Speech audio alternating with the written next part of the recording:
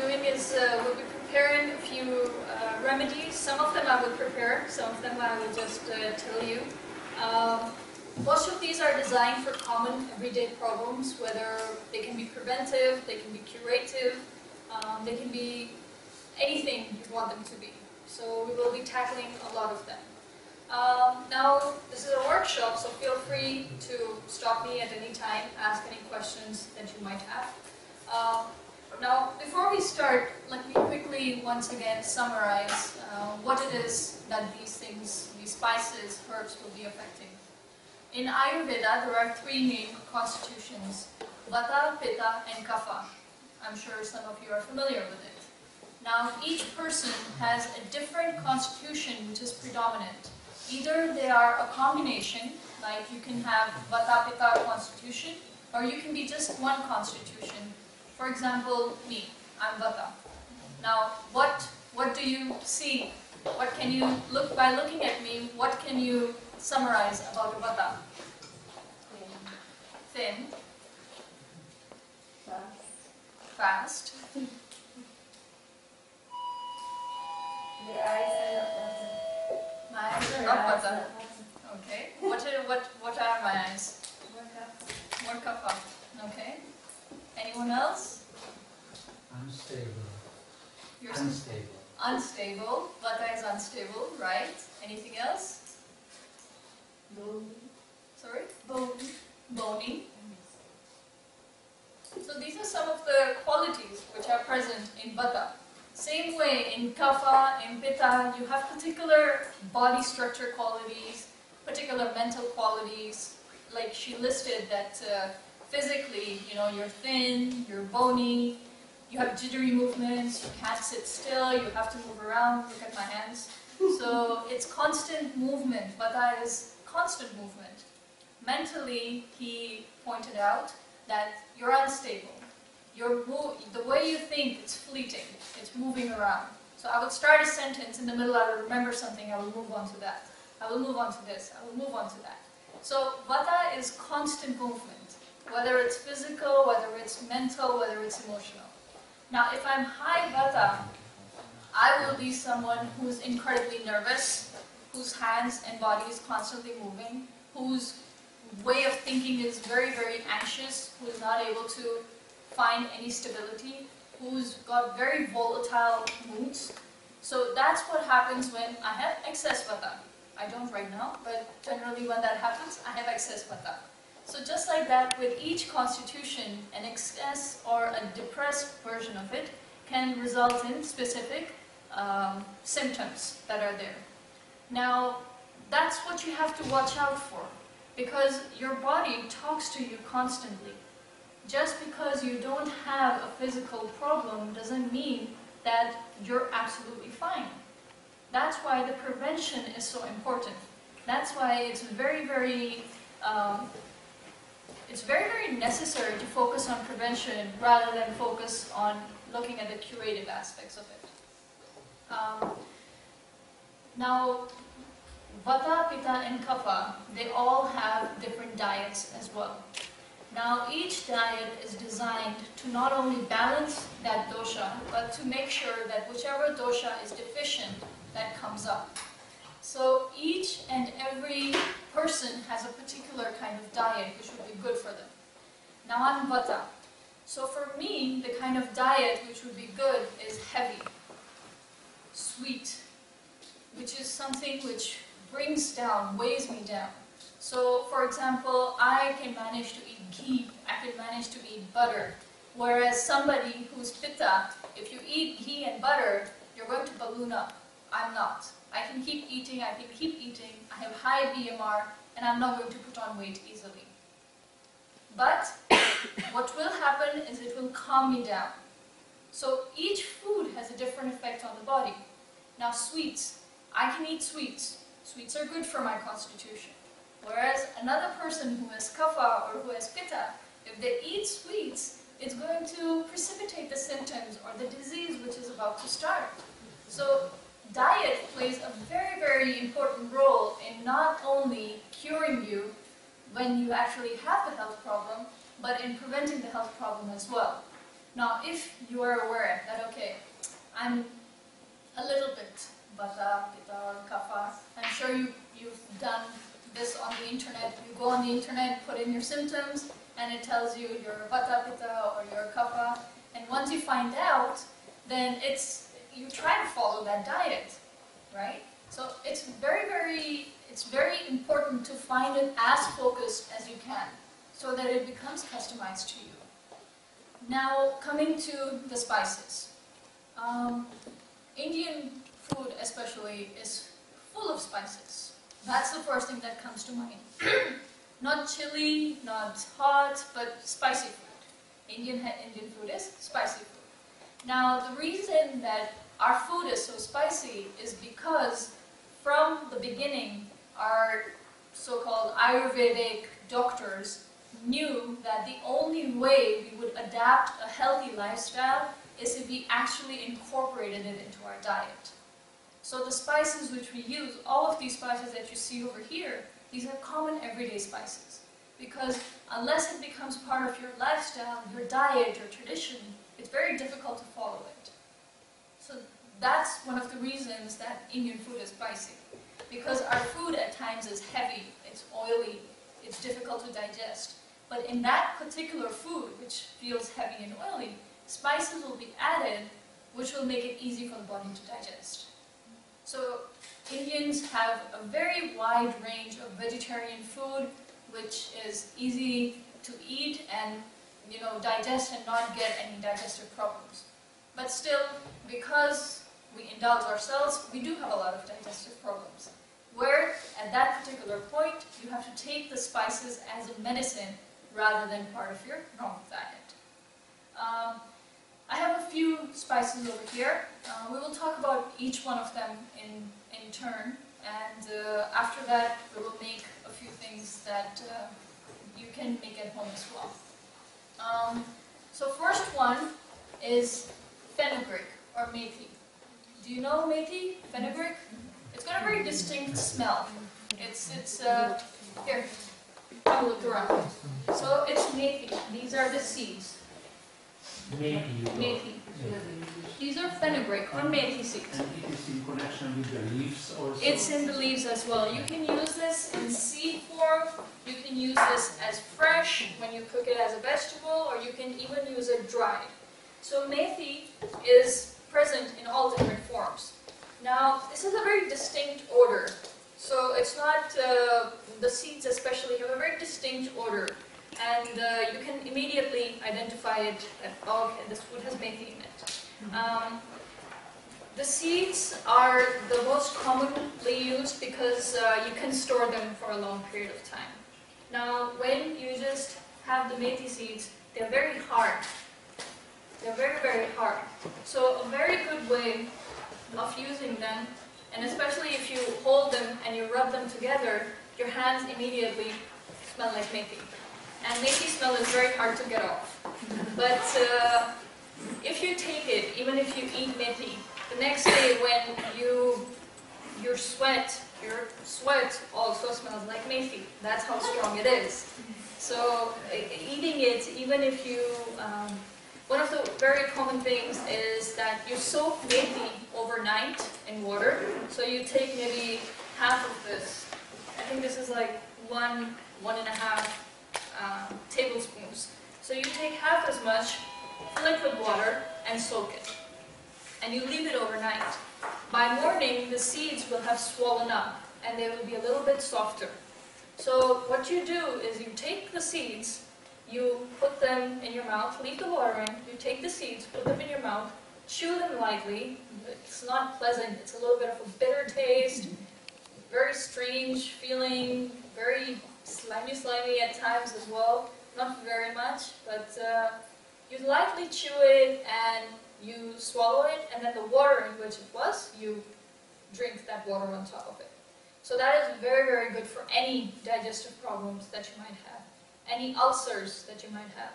Methi, because it has a bit of a slimy texture to it, not when you eat it, but once it's inside your body, it goes inside and it coats the stomach lining.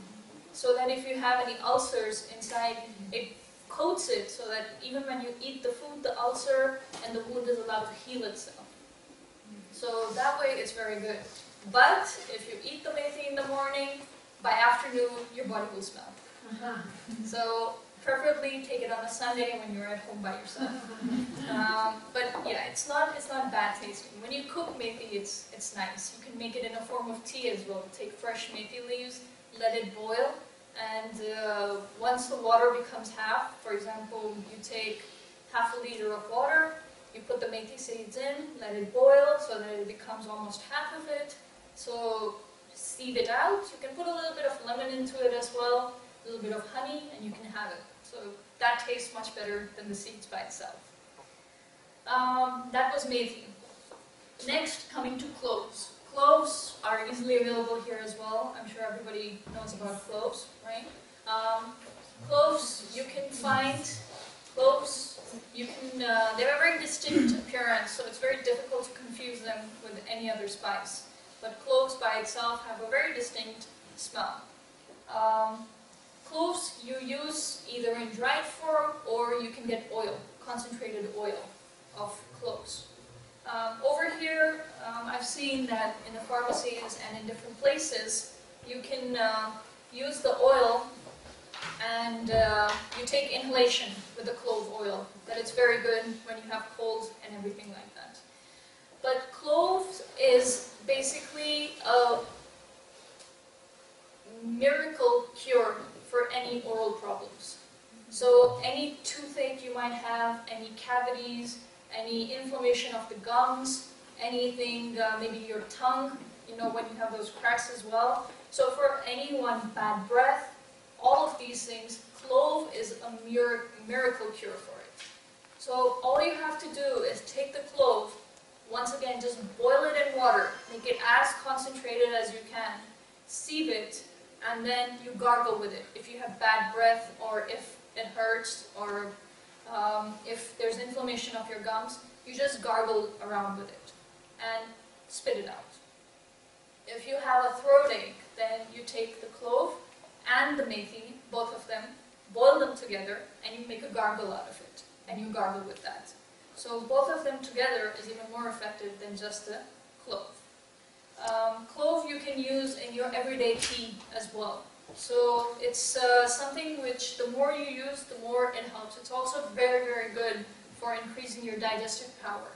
It decreases the wind in your body, so that any flatulence that you have or any indigestion that you have, it's very good for that as well.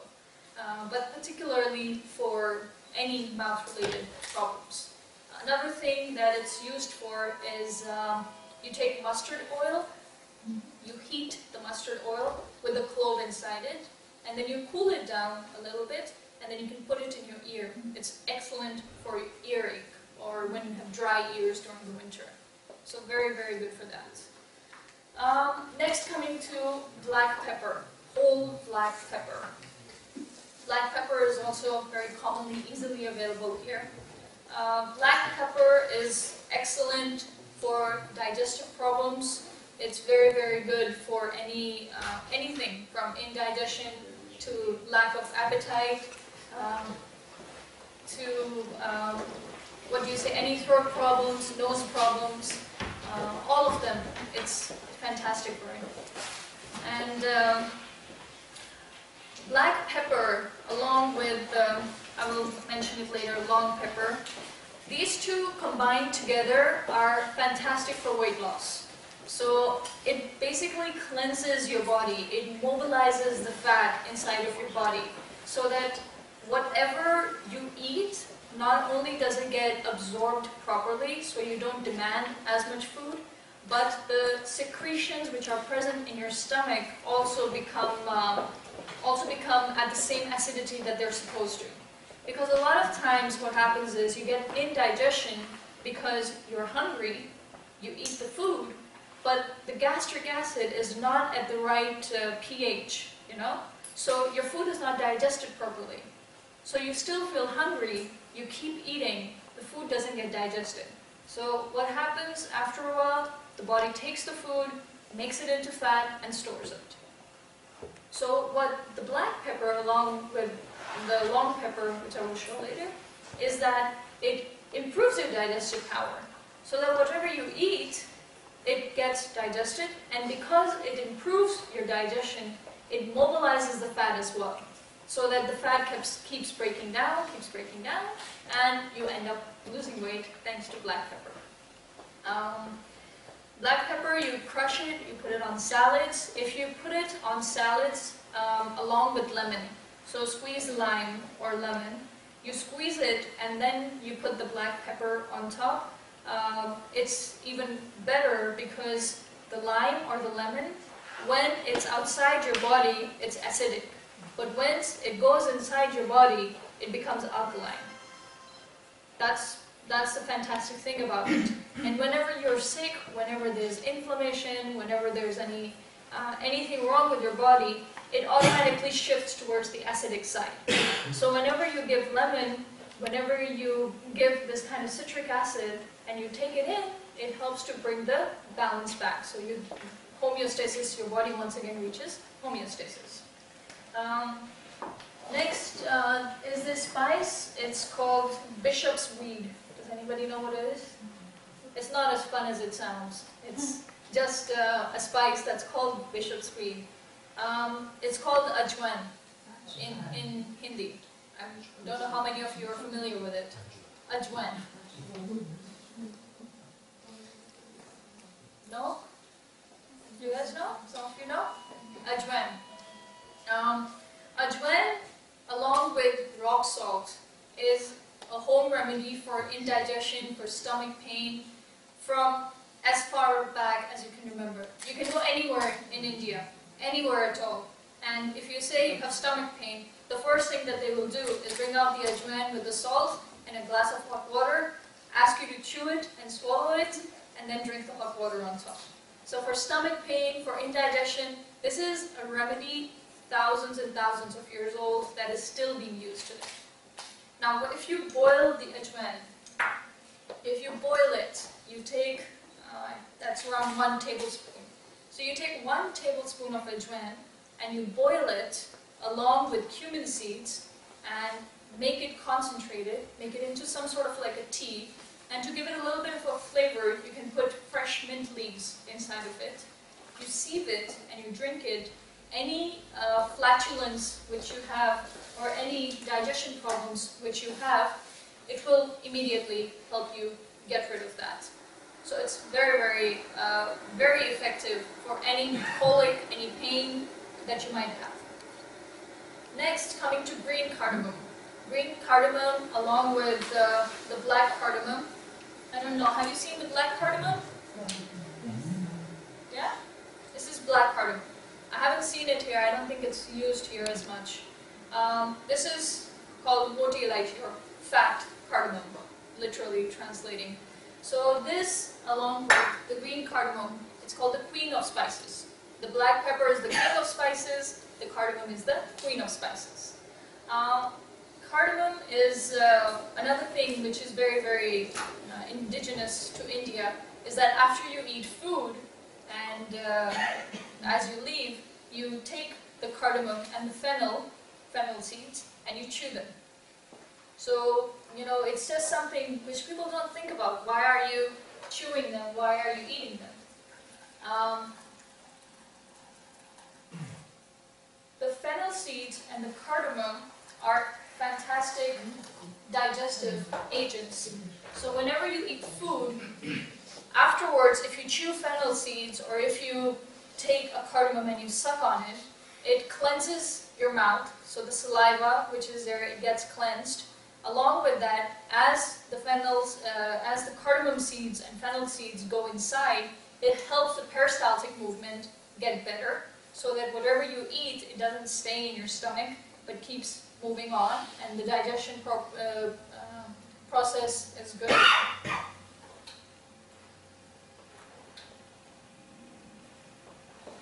Yeah, and along with that, it has fantastic flavor.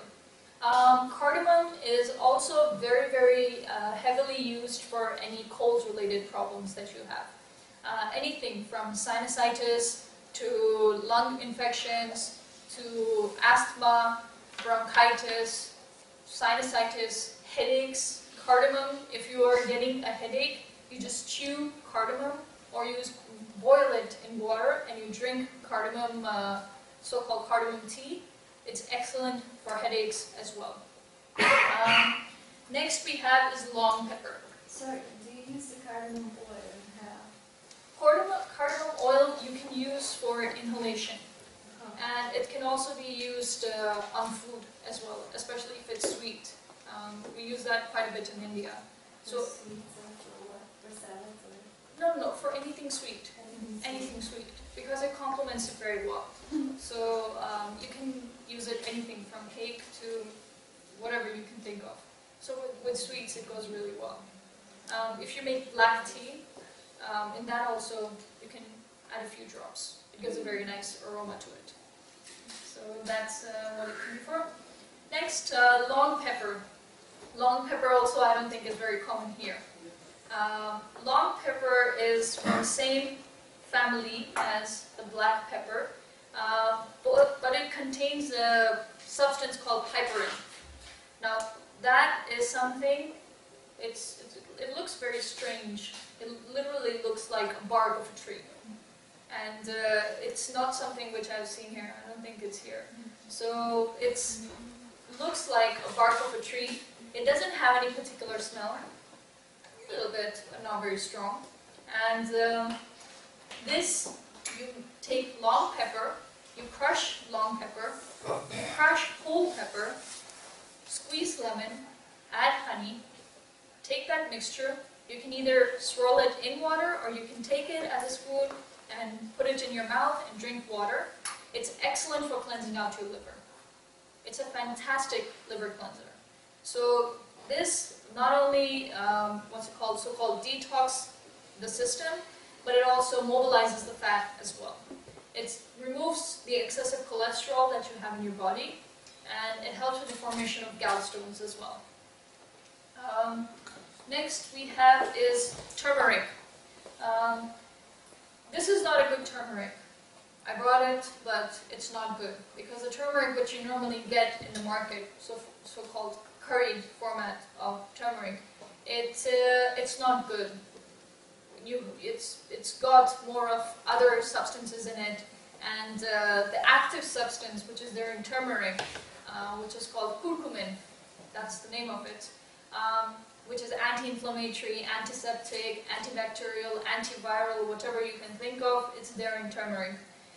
It's very, very less. It's around 2 to 5%. So fresh turmeric, it's not available over here, but if you get fresh turmeric, then that has high quantities of curcumin. Or what you can do is you can get these organic capsules and break it out from that. So if there's nothing else available, yes, this is good. But if there is an alternative, then yeah, you get organically grown capsules, you take them out. If they're gelatin capsules, if they're vegetable capsules, then you can eat the whole thing. Curcuma, everybody knows, it's got amazing properties. It's especially fantastic for any inflammation you have in your joints. So rheumatism, osteoarthritis, any muscle pains. Another home remedy that we have very commonly in India is if you have body pain or to strengthen your body generally, at night before going to sleep, you take a glass of warm milk and put a teaspoon of turmeric inside it, swirl it, and drink it. So as a kid, you're given it to make you stronger and avoid colds, getting sick, and as an adult, you take it after a day's work so that you can sleep better. Next over here, we have cumin, but that's the roasted form of cumin. So cumin is once again amazing for digestion. A lot of these spices which are present focus on digestion because that is the seed where all the health problems start.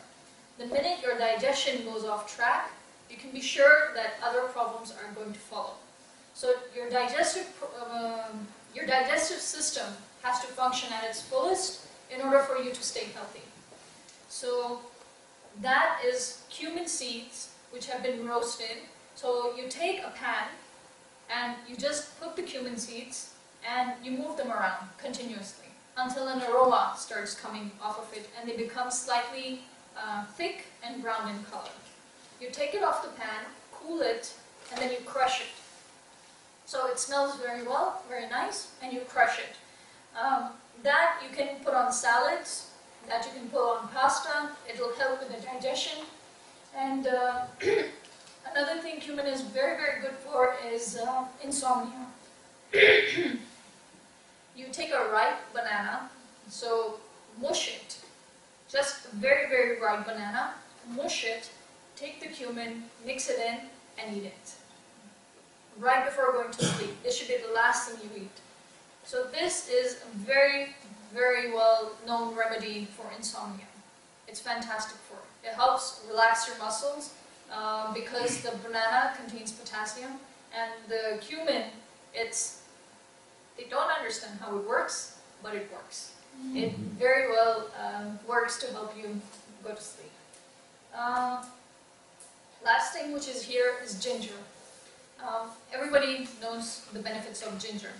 Ginger contains gingerol, which is once again antibacterial, antiviral. We don't have any antiviral drugs these days. We say we do, but the side effects of the drugs are so heavy that you don't get prescribed for it.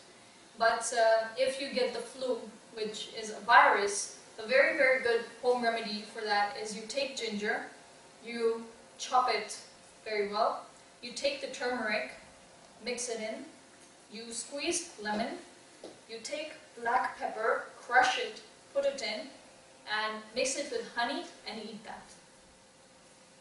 And at the same time, to help with the congestion, you can take steam of the fenugreek seeds and clove. With this, you're absolutely set. You will be healthy in no time at all. Another thing which we're actually going to make right now is, it's called a kashaya. It's a so-called tea with all the different spices that you drink whenever the weather is bad, or if you have body pain, if you feel like you're getting sick, if you take this, it stops the cold from doing more damage than you already feel like it's doing. So for that, what you do is you take fresh ginger, you cut it into little pieces, and you crush it.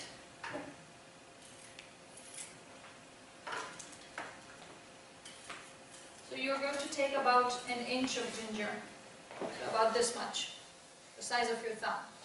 So you take that much ginger,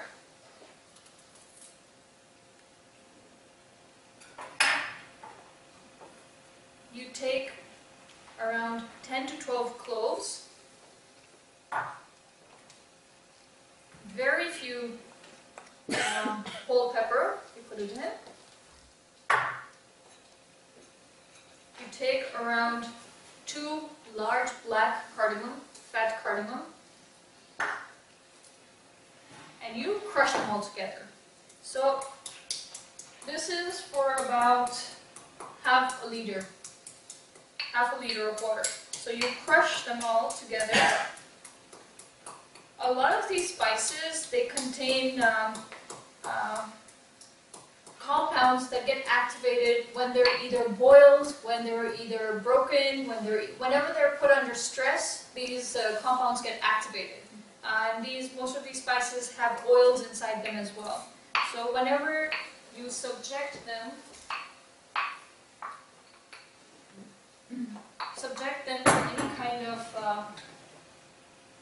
any kind of heat or something, they let off. That's where the aroma comes from, the strong aroma from the spices. So this is going to be that.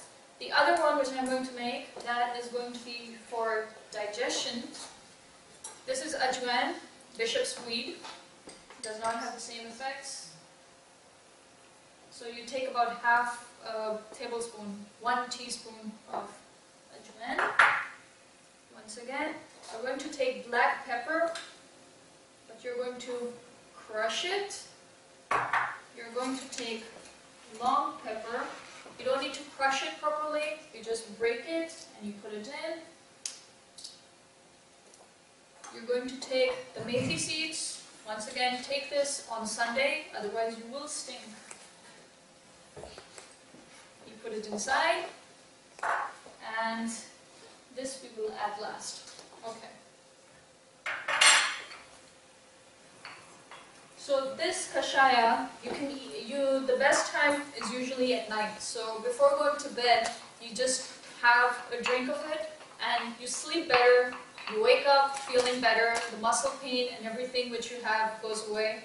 And this ajwain, which we're doing right now, you can do it without the fenugreek. So it's just the ajwain, the black pepper, and the long pepper, and you can have it in the morning. So this is very good for starting your digestion off throughout the day. So this is the second one. As you can see, there's a very, very nice aroma that comes off of it. Another thing that you can do while you're waiting for this to boil is you put a towel over your head and you take steam from this. So it has dual uses. So it's very good, especially if you have congestion in your head and everything. When you get that pain behind your eyes, your head feels heavy, then you just take the steam as it is boiling. Okay. So any questions so far? Nothing? Do you have any health problems for which you would like remedies?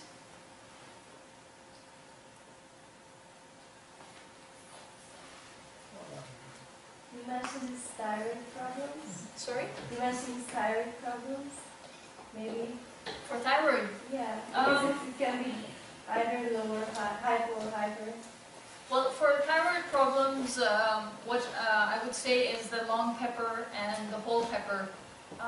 Those are very, very good for those thyroid problems. Because thyroid problems and liver problems are very closely connected. So if your liver, first of all, gets congested or is not working properly, then your thyroid will immediately follow along with it, and vice versa. So one's health can like directly affect the others. So that, and along with whatever we said related to the digestive and the liver cleansing, especially which we talked about, if you do yogasanas, for example, you have Sarvangasana. Sarvangasana is when you're on your back and your legs are up. Not on your head, but when you're supporting your hips and your legs are straight up. So that's Sarvangasana. That's very, very good for thyroid problems. But you have to do the complementary asana for it, which is you lie down on your back and you put the top of your head on the ground so that your neck is stretched. So each asana that you do, you have to do the complementary asana for it to get the maximum benefit out of it. So those two asanas along with this is very, very good for it. Then there's also pranayamas that you can do. And bandha jalandhara. Maybe some special tips for spring and kapha reduction? This. Which was the second one? The kashaya which we did.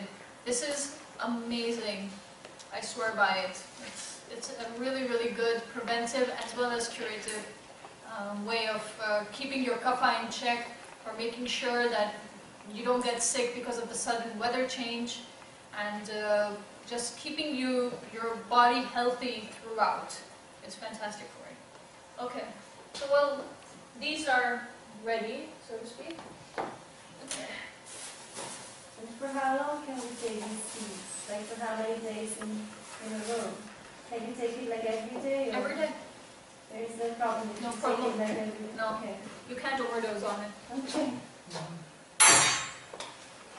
Is this the reason they use it in Indian cooking? Yes, yes. I see.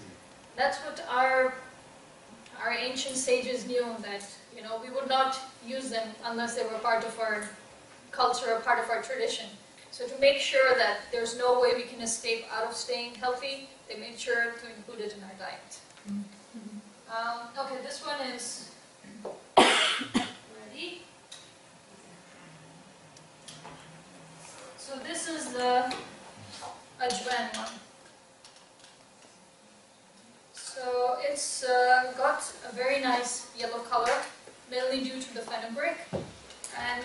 the smell also fenugreek. So fenugreek, ajwain, black pepper, and long pepper. So you cool it down, and you can try.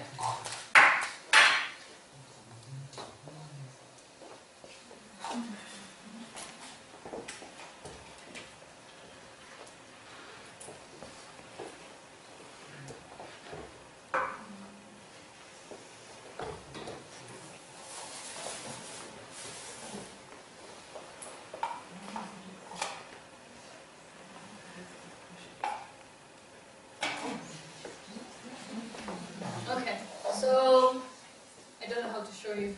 It looks basically like tea. You see? It looks like tea. It's brown, but it does have a very distinct aroma. So you can pass it around if you wish. Afterwards, if you want, you can come and try some. For this side, for this side, I can just take it.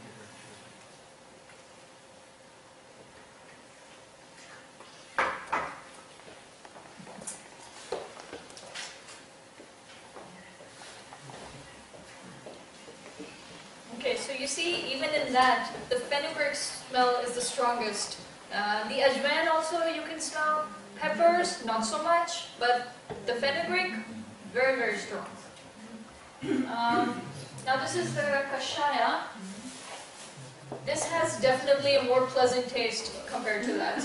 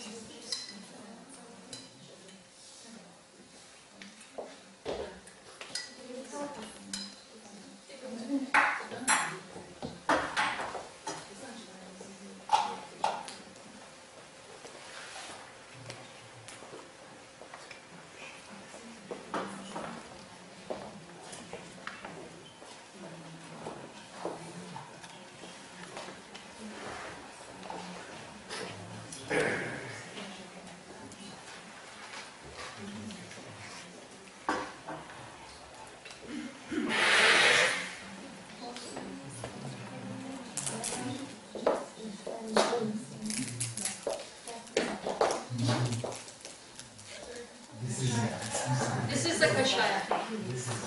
Now the kashaya, when it cools down, you can squeeze lemon or lime into it and put a little bit of honey. So this tastes fantastic. This contains ginger, cloves, large black cardamom. It has pepper as well.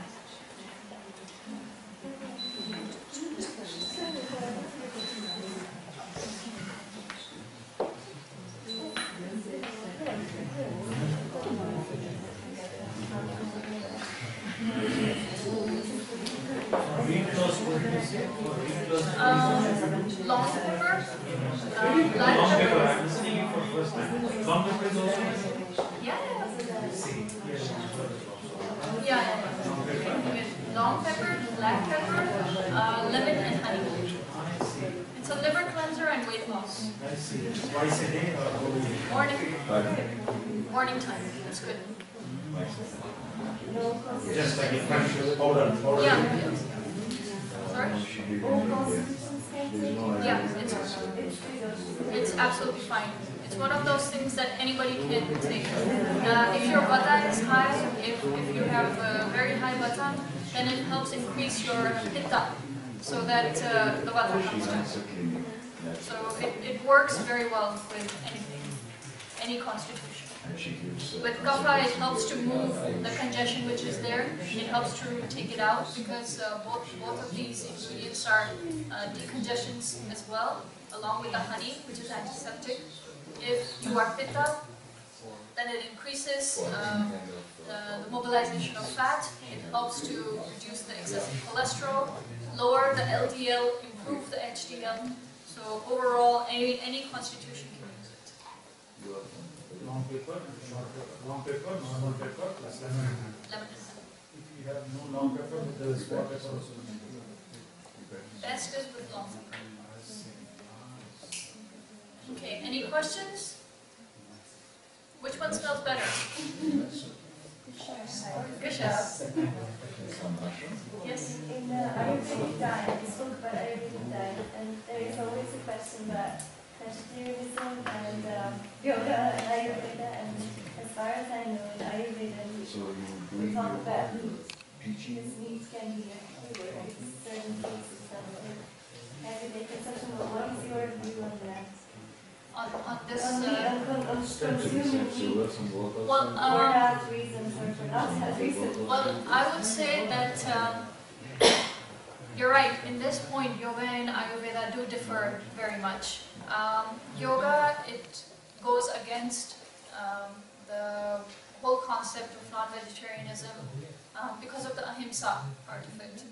Ahimsa is very important in spiritual growth. That's why there's such a focus on being a yogi and being a vegetarian, whereas Ayurveda focuses more on the health part of it. My personal opinion is that health comes before spirituality. So if you're not healthy, you're not going to be ready to advance into spirituality. So first and foremost, you have to see how to stay healthy. Because when you're healthy, then the mental clarity when it comes, that makes the whole practice of moving upward, moving forward, looking for what you are seeking a lot easier. So I would go with the concept that diet, when it comes to health, is more important than spirituality in that particular case. My opinion. Okay, any other questions? Okay, thank you very much.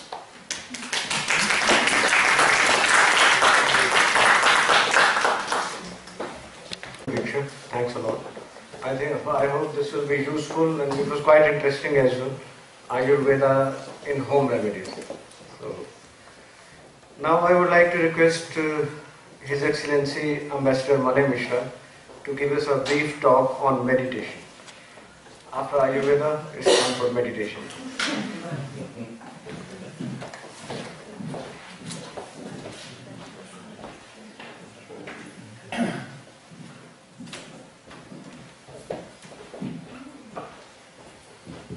This is a very strange situation for me, having discoursed on many other things in this very place, on this very rostrum, to speak about meditation. But I think the time is very appropriate because Dr. Diksha has spoken so eloquently about the remedies, what we would very commonly use in our houses to cure ourselves of day-to-day problems. This is a part of our extension of our Ayush Centre activities, and we are planning to hold a few activities like this from time to time for the benefit of all of you. We know that there are many people here who would like to know more about Ayurveda, how it works, and we thought along with Ayurveda we can talk something about what we commonly would think about the various other aspects of healthy living. I would start with a recitation of a shloka of the Upanishads, because Upanishads have spoken at length about dhyana, about meditation.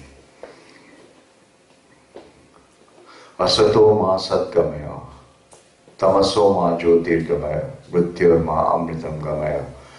This is a very basic thing about how we evolve from untruth to truth, from darkness to light, and from death to non-death or immortality. This is a process of evolution of the human being. meditation is a process. Meditation is a process of your proceeding from what your physical being is, what your external objects are around you, the so-called things which make you delighted, make you very happy in your life, to what you could get as a part of this process of certain happiness which perhaps is something different, but that is the core happiness. A person goes to a psychiatrist and he tells the doctor, he says, "Doctor, I don't know why I have come here. My GP told me you go there to the psychiatrist and show yourself. And I have a perfect life. I have a good wife who looks after me very well. I have a good bank balance. I have a good job. My boss is very happy with me. Everything is happy in my life. I don't know why I came to you." So the psychiatrist pulls out a pad and starts noting. He says, "Since when has it all happened?" Nobody wants us to remain in a state of contentment, in a state of happiness. Because happiness, we feel, is so temporary that it comes and goes. And it is the psychiatrist's job to see that we are not happy. And if we are all happy, then he will not have his income. So it is his job to see that we are unhappy, and he treats us with medicines.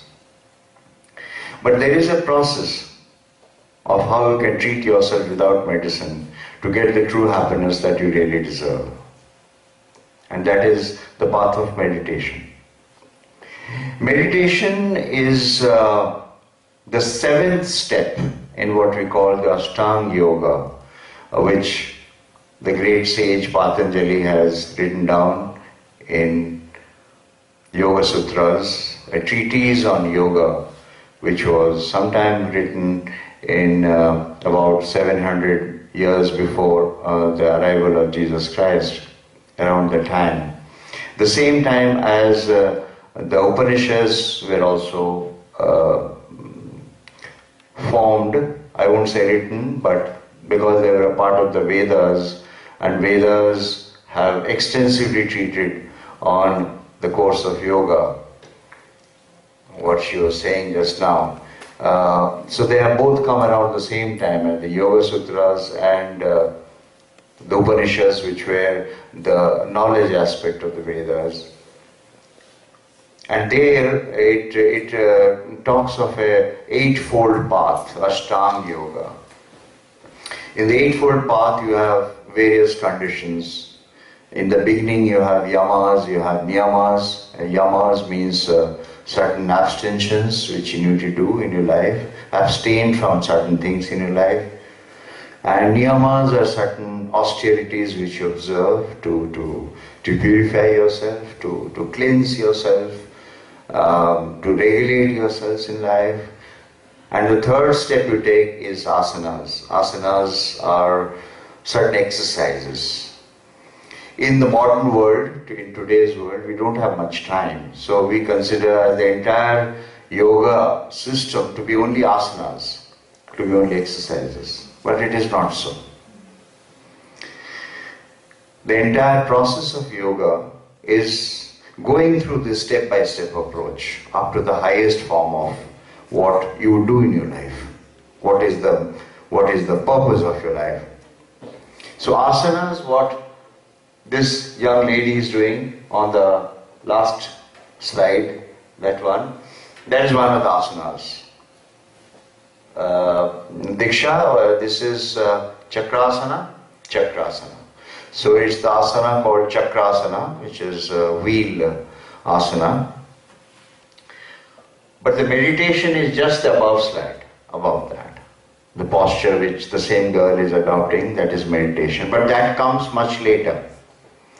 That comes as the seventh step, whereas yoga is only the third step. And between the third and the seventh, you have another 3 steps. And those 3 steps are pratyahara. First is pranayama. Pranayama is the breath control, breath regulation, breath exercise. And there are several such breath exercises which you have to take. I'll come to that a little later. Then pratyahara, where you withdraw your senses, where you are going into a state of a complete detachment, if you can, from what you are in the external sense and what you would be in the internal sense. And then dharana, which is then you are concentrating on certain things, is called dharana. And then dhyana, which is the meditation aspect. And finally the 8th step is samadhi. Samadhi is realization, the Brahman, the Turiya. The final goal of life is deemed to be realization or self-realization. Now when we say self, what do we mean exactly by self? It is the aham, it is the aham brahmasmi bhava. This is one of the Mahavakyas of the Upanishads. So aham means I. I is the self, and I is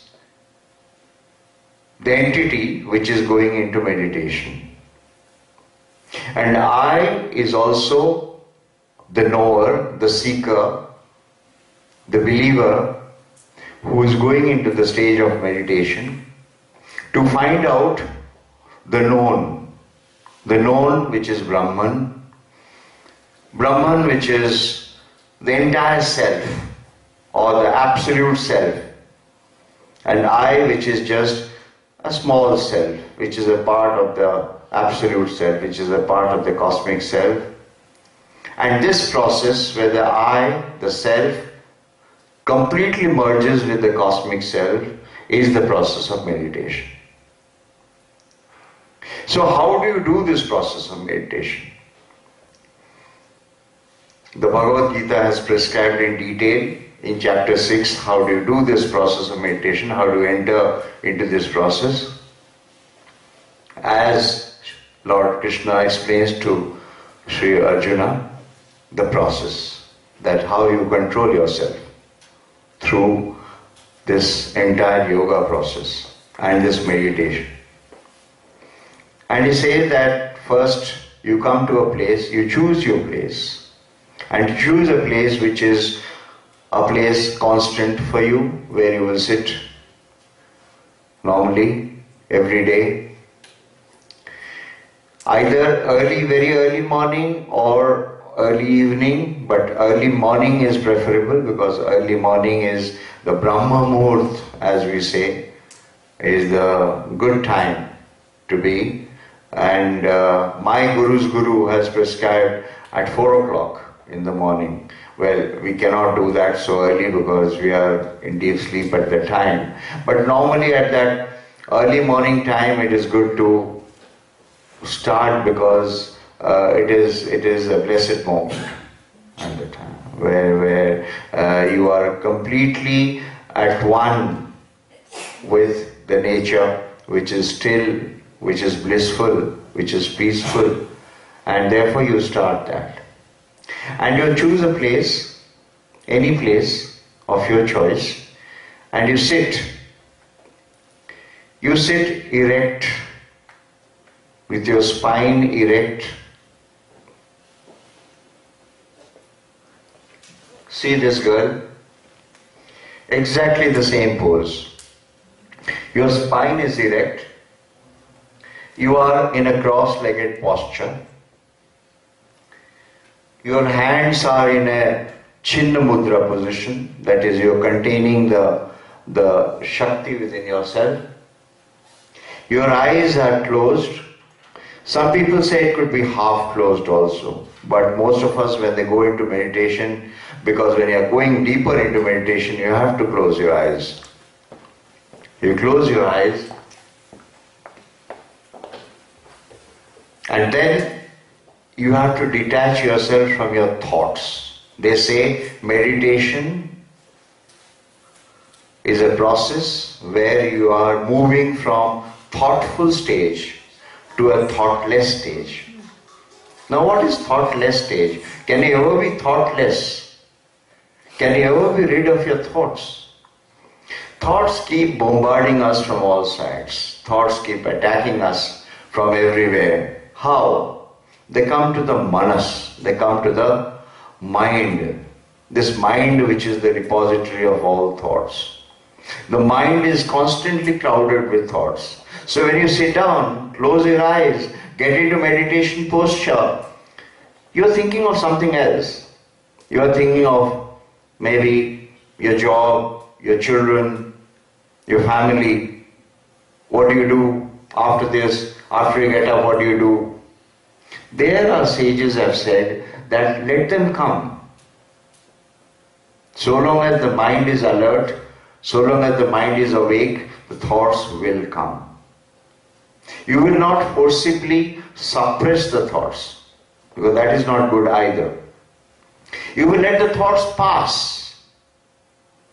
The thoughts will pass. You continue to observe the thoughts pass. You be the observer.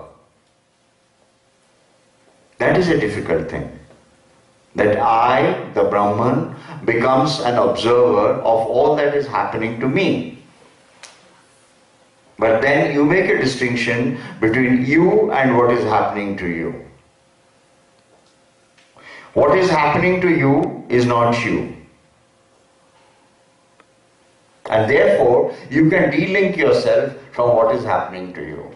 And therefore, whatever is happening to you, it could give you so-called happiness or sadness or grief or melancholy or whatever, they can be de-linked from you. They can be detached from you. In other words, the so-called happiness which you are looking for externally in an object can be de-linked from you. And this is the way to de-link yourself by entering into the process of meditation. We all crave for happiness in our lives. Without happiness we can't live. We want peace, we want happiness, we want love. All the good things in life we want. But how do we get them? So long as thoughts are there to completely surround us from all sides, envelop us. How do you get that happiness? You have to come to a stage where you have to say, good riddance to all thoughts. Now I am not taking any thoughts anymore. If you go into that stage where you have closed your eyes, where everything is dark before you, and there is no thought before you, which is called the stage of thoughtlessness, that is where you are entering into this process of going further. Until that, you are still bogged down. You are still where you are, and nothing happens to you. You don't improve. It is further said that you could keep a candle before you. You could keep any image of any kind of God who is dear to you. Of course, for meditation, as in yoga, as in various other practices, there is no religious aspect to it. Maybe our Vedas and Upanishads, maybe our Bhagavad Gita may have been Hindu scriptures, but they have nothing to do with religion. Any religious person from any religion can practice this meditation because it is a part of your healthy living. Like what she was talking just now, what you are doing in your home for your own remedies, you can do to yourself. And it is a part of your own living. If you do not do this, your worries are constantly nagging you. And besides this, the positive aspects of meditation, now look at that. If you are constantly meditating, let's say for 15 minutes, 20 minutes, the time depends on you, on the availability of your time, and you can go furthermore in giving more time to it. You will see how positive energy you are bringing out from yourself. You can yourself see that. You can yourself see that happen in your own life by having more concentration in your work. Your personality will show off in a much brighter aspect than perhaps others. And you can feel it in your life. You can feel it the way you speak, the way you react, the way you interact, the way you live your life with a certain focus, with a certain dynamism, with a certain purpose. And what is that purpose in life?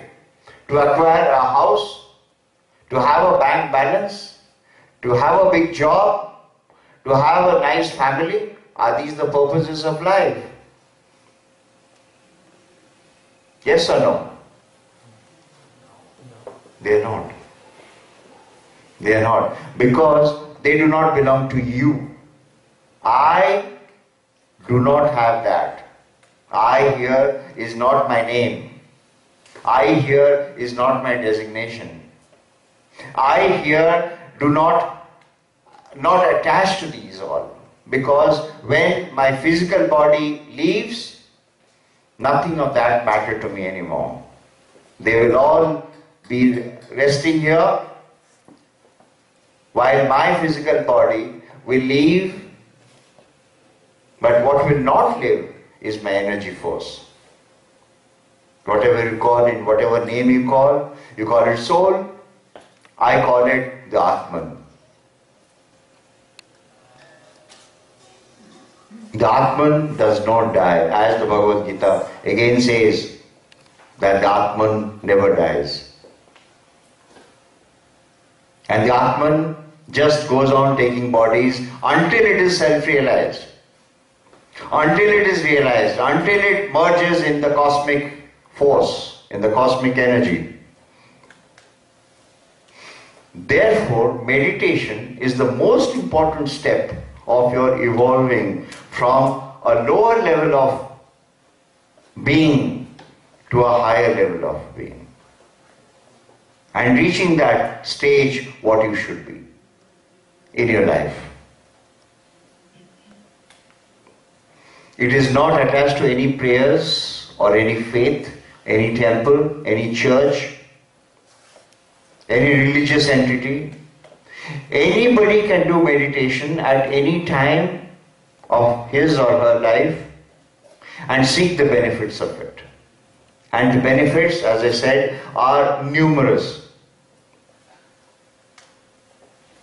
Those who are doing meditation, some of you are here who I know well, who are in this process of meditation.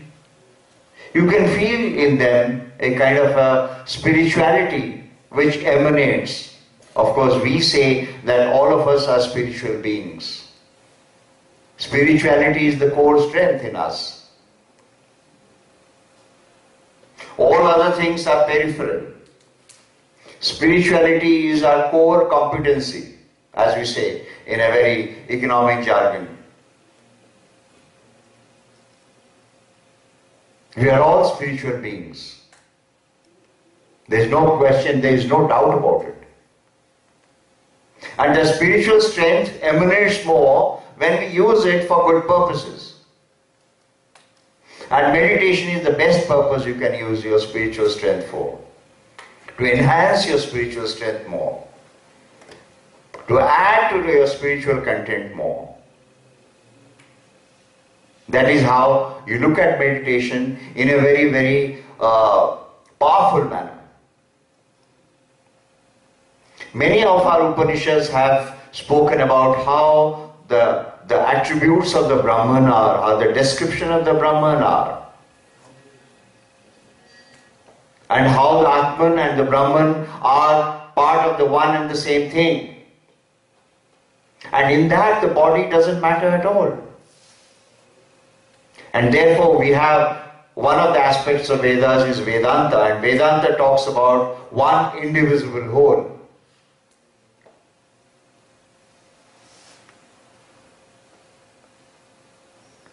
And therefore, meditation is a force which comes within you, which is there within you. You just have to evoke it. You just have to bring it out, and in a very simple manner. You don't have to go to any other place. You don't have to spend any money. It doesn't require any kind of extra energy of yours. You are just in your own house. You don't go nowhere. You just get up from bed, just finish your morning chores, wash your face, etc. You are free. You select a place in your house, but the place you select should be reasonably a constant place for you. You don't keep changing your places. That is not good. And you will see that place itself will emanate positive energies because of your constant meditation there. Because in meditation, you are emitting a lot of positive energy.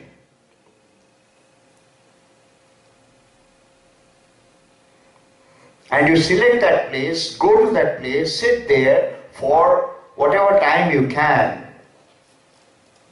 Gurus have said that you can start with 15-20 minutes, it can go to even higher. And many realized people have gone to much more. But it is not a wastage of time, I can assure you that. I have been doing it for several years now. It gives me a lot of strength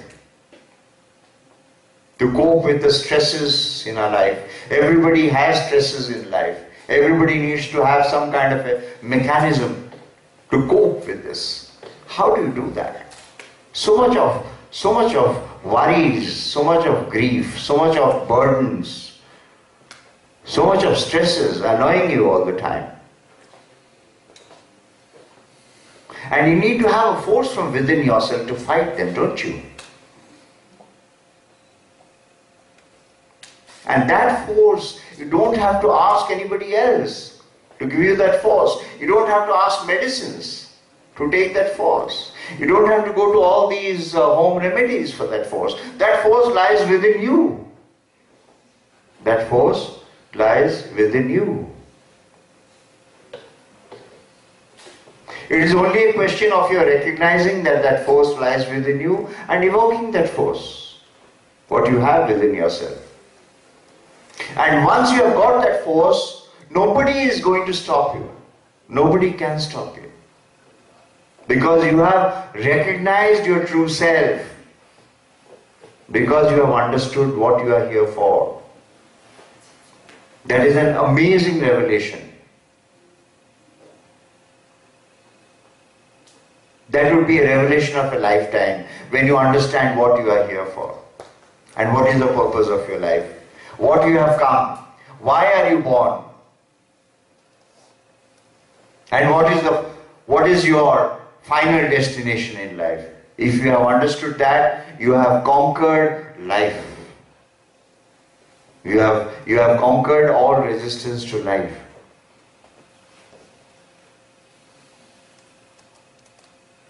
And it's so very easy to go into that.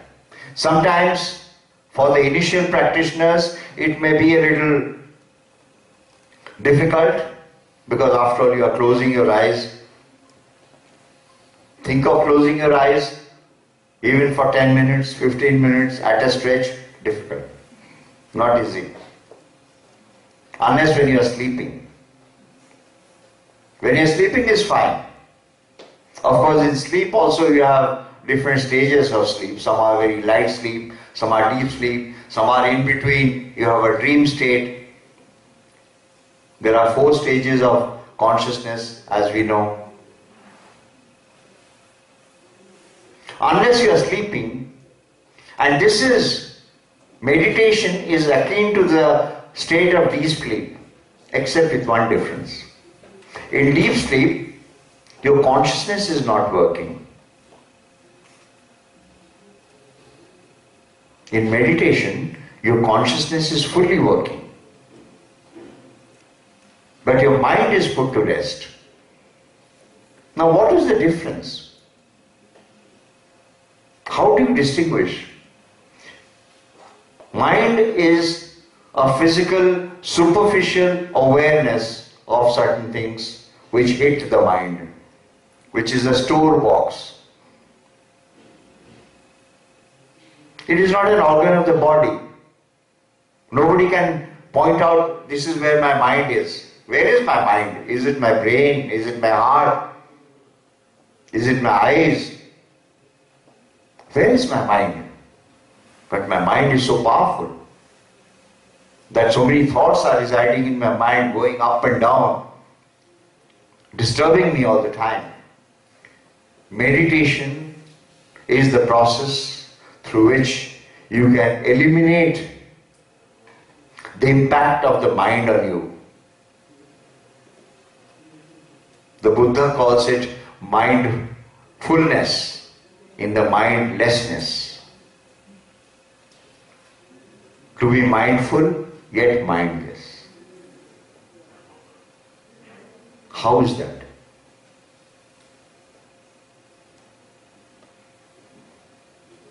One person went to a Sufi master and said, "Master, I want to go play polo." So, okay, go ahead, play. Are you coming back? He says, "Yes, I am coming back." So he went and played polo with some other polo players. And then he came back to the master. And the master said, "Are you tired?" So he said, "Of course, I am so tired, I am completely exhausted." And then the master asked, "Was the horse tired?"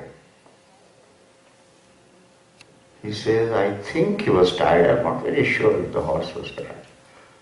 Then he said, "But was the polo stick tired?" He says, "I don't know. Polo stick was tired." The master says, think whether the polo stick, because we have used it so much, we have constantly played the ball with the polo stick. You are so tired, the polo stick must be tired also. He has not observed the polo stick. He has not been mindful to observe the polo stick. He has just observed his own being, his own state. He has perhaps observed the horse, that also is not sure.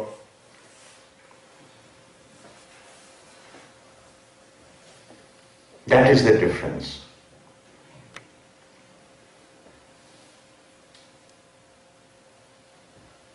A disciple goes to a Sufi master. Says, "Master, I have come to learn meditation." He says, "Okay, be here." Nothing happens. In the evening he goes up to the master. He says, "The whole day passed. You didn't tell me anything about meditation. I'm in a urge. You tell me, what is meditation?" So the master says, "Have you finished your last meal of the day?" He says, "Yes." The master says, "Have you washed your dish which contained your meal?" He says, "Yes." He says, "Then you have done meditation." He couldn't understand.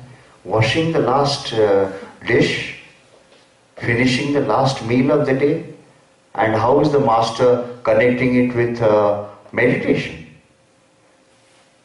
He says, "Go to another person who is running an inn, a hotel, inn. That innkeeper is a bigger master than me. You will learn meditation from there." So he is in a great urge to know what meditation is. He goes across the road, there that hotel is, that innkeeper is there. So he says, "I have come to learn meditation from you." He says, "Who sent you?" He says, "The person on the other side." He says, "I am not a master.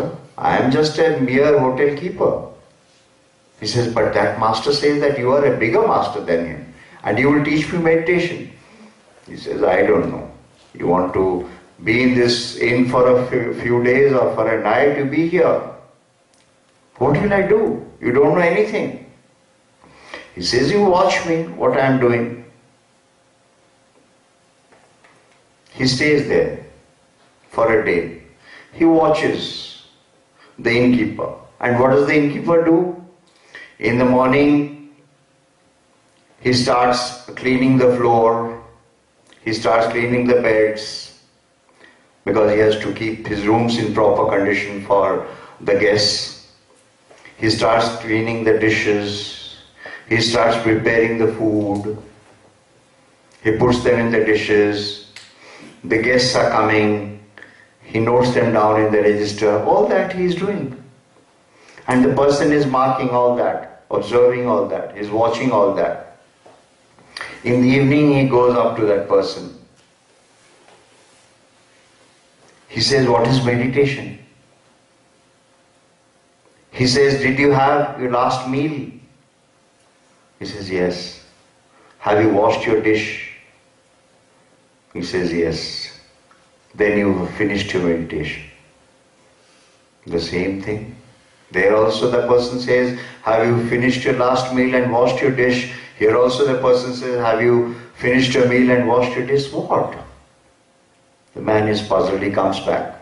He doesn't want to stay there. He says the same thing he says. He comes back to the first master. The master says, washing your last meal means you have detached yourself from all that had happened during the day. He says, yes. Washing your last dish means you have completely absolved yourself of any kind of attachment you had during the course of the day. He says, yes. And after washing the last dish, what do? You go to sleep. So when you go to sleep, after you have detached yourself from all that had happened during the course of the day, you are in a state of meditation. That is what fundamentally meditation is. You have detached yourself, for which you need to have that strength in you. It's not easy. To be detached yourself from your physical surroundings is not easy.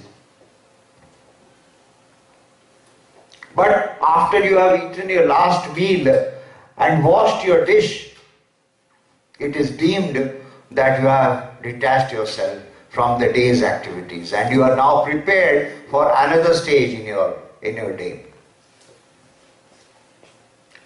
And that stage is going into nidra, sleep. And the Sufi masters say that that stage is the beginning or the entrance into Turiya.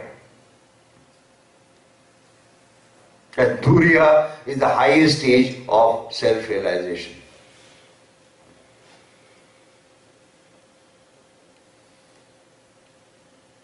That is the highest process of evolution of what we can deem to be.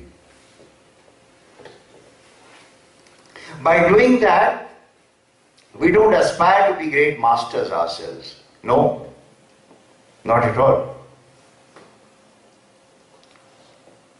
But we want to cleanse ourselves constantly, absolve ourselves of many impurities which stick to us during the course of the day. And we don't know how to handle them. See what meditation does? It not only detaches you from your surroundings, but it absolves you of impurities of what you have gathered during the course of the day. And then prepares you for sleep. Sleep here is a symbolism of going into that process of thoughtlessness. Because in the sleep, deep sleep, no thoughts.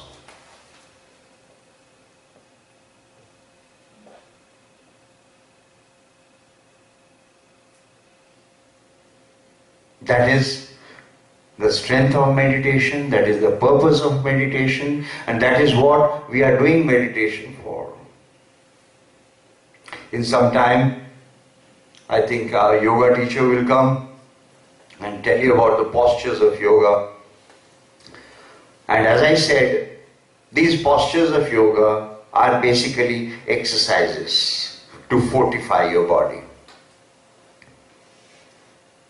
The yoga asanas are working on your body, which is no less important, which is.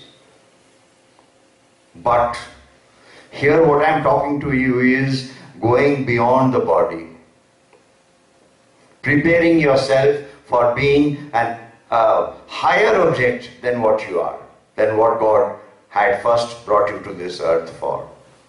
You didn't know what you were. As a child, we didn't know what we were. The more our consciousness is aware, the more our awareness develops, the more our faculties are enlarged, expanded, the more we know what we have come for to this world. Yes, job, responsibility, our thing, what we're doing in the office, outside the office, going out, here and there, everything is there. But what is there for yourself? What is there for yourself? At the end of the day, when you go to sleep, what is there for yourself? And what is the happiness you have got during that day? How you have got that? That is what you deem, isn't it? Happiness not from any external object, because they are here today. When the object goes away, that will also go away. Happiness not because of your attachment to anybody, anywhere. Because the moment the attachment falls, that also goes away. And we all understand that.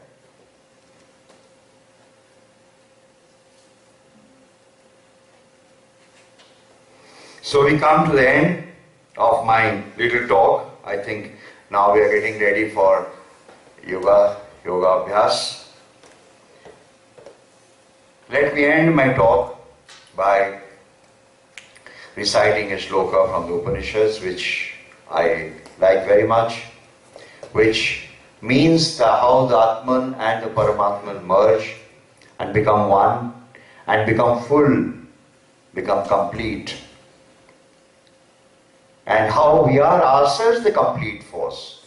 When you are going into that state of samadhi, into that state of blissful, transcendental state, where you are transcending your physicality to that stage, what you are, that completeness. Purnamada, Purnamidam, Purnat, Purnamudachyate. Purnasya Purnamadaya Purnameva Vashishyate. Om Shanti, Shanti, Shanti. This is a peace mantra for all of us. May we all be blessed. May all be prosperous. May our health always be intact thanks to Ayurveda. And may we all cherish our lives as our own and do the meditation that we need to do in our lives so that we remain blessed. We remain sacred, we remain pure, we remain strong, we remain forceful personalities and entities in this world. Thank you very much.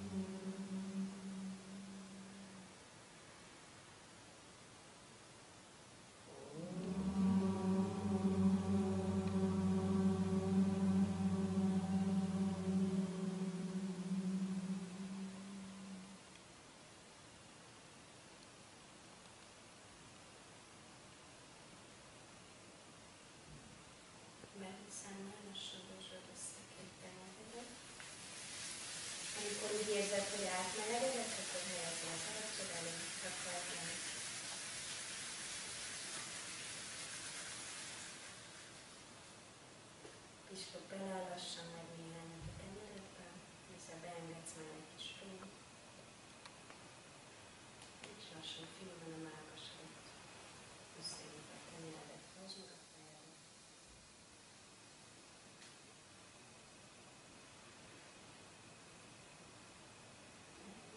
Köszönöm szépen, hogy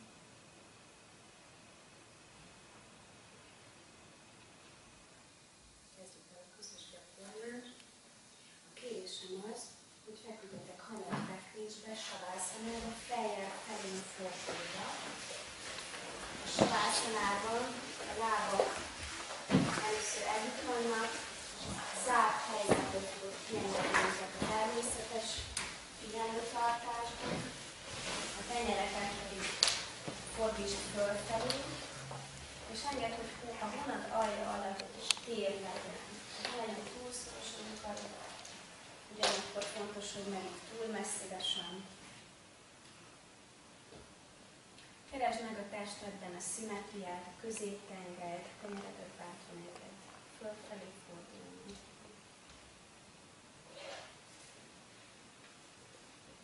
És mindig közösd meg a szimmetriát.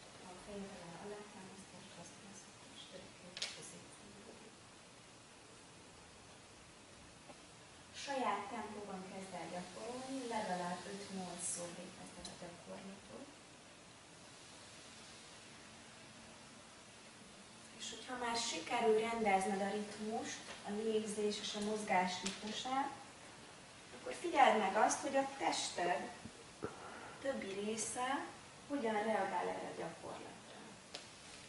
Vajon a torokban van-e feszültség, vagy sikerül teljesen ellazítva hagyni. Figyeld meg a lábakat, vagy akár a hasfedben.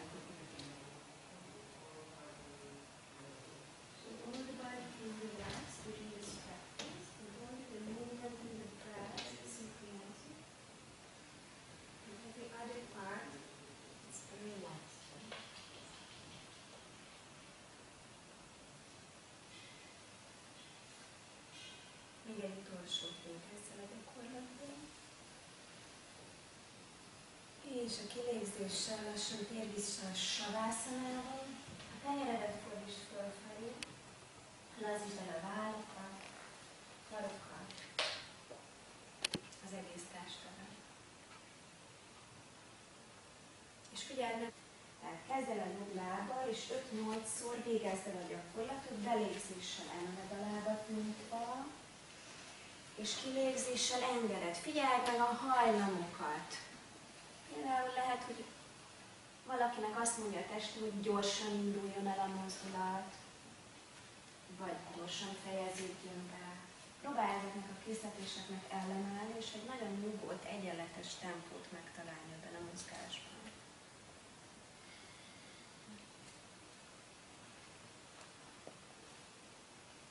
Belégzéssel emelkedik, kilégzéssel ereszkedik. Nyugodt, egyenletes, törekedj arra, hogy lassan induljon el, és lassan érkezik.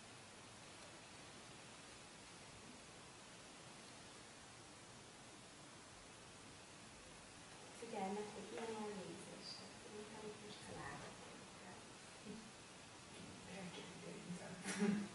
Tartsd össze húzott a izmokat, vagy a másik lábadat hajtsd el. Letett oldalon, úgy véged.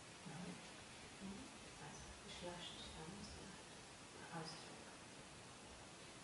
Ha elvégezted néhányszor, akkor lassan engedd le a lábadat, lazítsd el, és figyeld meg a két oldal közötti különbséget, amit most azonnal fogsz észrevenni. Ezek az egyszerű gyakorlatok a finom prána működésre is hatnak, tehát elindítanak bizonyos belső folyamatokat.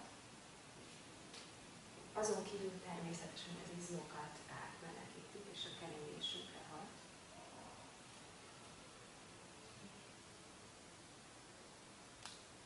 Tehát jótékonyan hat az emésztése, ugyanakkor nagyszerűen lehet ellazítani a deréktáj gerincszakaszt, az árnyéki gerincszakaszt, az egész keresztcsont területét.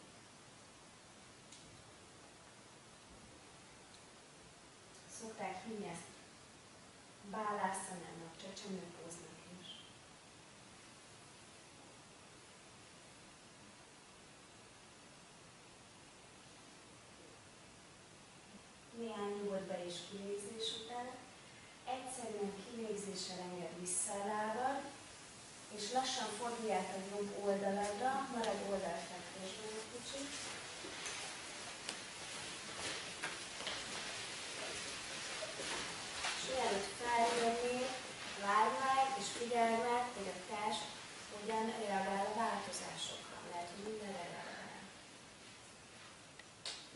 rendes testhelyzet hatással van ránk a hétköznapi életben is.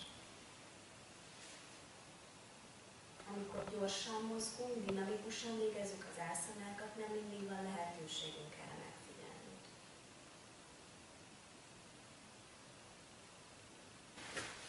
Belélegzünk, és kilégzéssel elindítjuk a domborítást. Lassan a belégzéssel indul a homorítás, a derékfáji szakaszról, hát, középi lapocka, nyak fel, és kilégzés, domborítás. Saját ritmusban folytasd a gyakorlást, és hangolódj rá valóban a saját légzés ritmusodra. Tehát nagyon fontos, hogy ne siess a mozgásra, viszont ne legyen olyan lassú, hogy azt érezd, hogy a légzésedet vissza kell tartanod benne.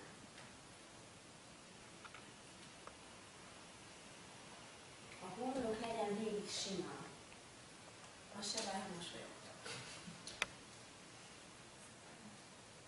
Amikor fölfelé megy a fej, nagyon gyakran van egy ilyen hajlam az embernek, már le is engedtem, ugye, még ki sem mondtam, hogy összeráncolódik a homlok. Ez is egyfajta feszültség. Talán Beli Károly írt a 70-es években az egyik könyvében arról, hogy mennyire ott van, hogy a mimikai izmaink hogyan hozzák vissza a bizonyos érzelmeinket. Tehát az aggodalom helyett tudnám javasolni a kedves, békés, szeretetteli, vidám hangulatot, hogy ezt erősítsék ezt tudatokban. Tehát a fej felemelése közben a homlok, illetve a tekintet nem emelkedik fel.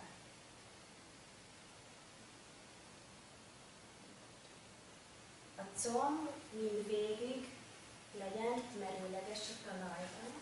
A combból és a karból nem mozdulunk el. A könyvkötél vigyázz, mert ilyen túl hajlós, úgyhogy befelé fordult egymás felé a két belső könyvköt, és legyen az állakkal.